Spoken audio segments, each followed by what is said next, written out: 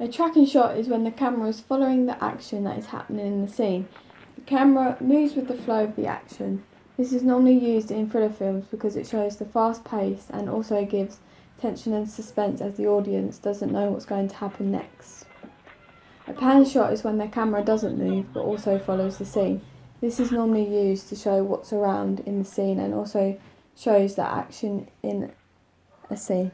This is a shot that I found inspirational, so I would like to use this in my film. The point of view shot is where the camera is what the character is looking at, so it gives the audience to feel like they are in the character's shoes. This is used in thrillers because it creates tension and suspense because the audience don't know what the character is going to come across, so it gives the audience a sense of them being on the edge of the seat. I would also like to use this in my film. Over the shoulder shot is where the camera is placed so it sees the side of the character's head and the top of their shoulder.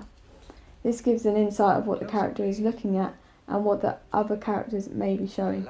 This is used in thrillers because it gives a sense of suspense because the audience doesn't know what's going to happen to them.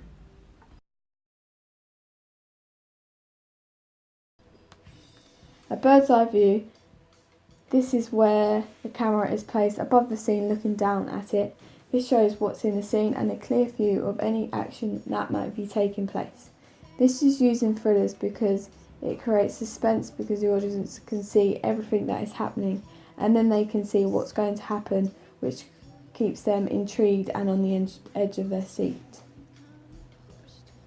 This can also link to an establishing shot, which also shows the air of the scene and sets the scene. If it's in a big city or rural area, you can clearly see where the scene is taking place.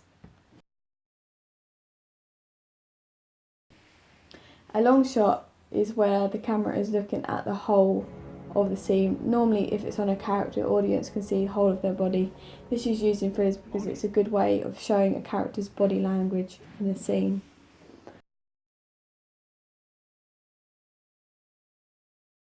A mid-shot, this is where the audience can see only half of the thing or object, for example from a person's waist and upwards.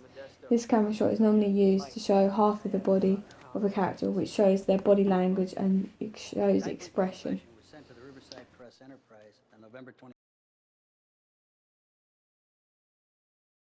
A close-up and extreme close-up are when the camera only focuses on one thing. For example, a close-up of a character's face and then an extreme close-up would be on the character's eye if they're crying, for example. This is normally used to show facial expression and what the character is showing and feeling, which shows the audience what the character is feeling.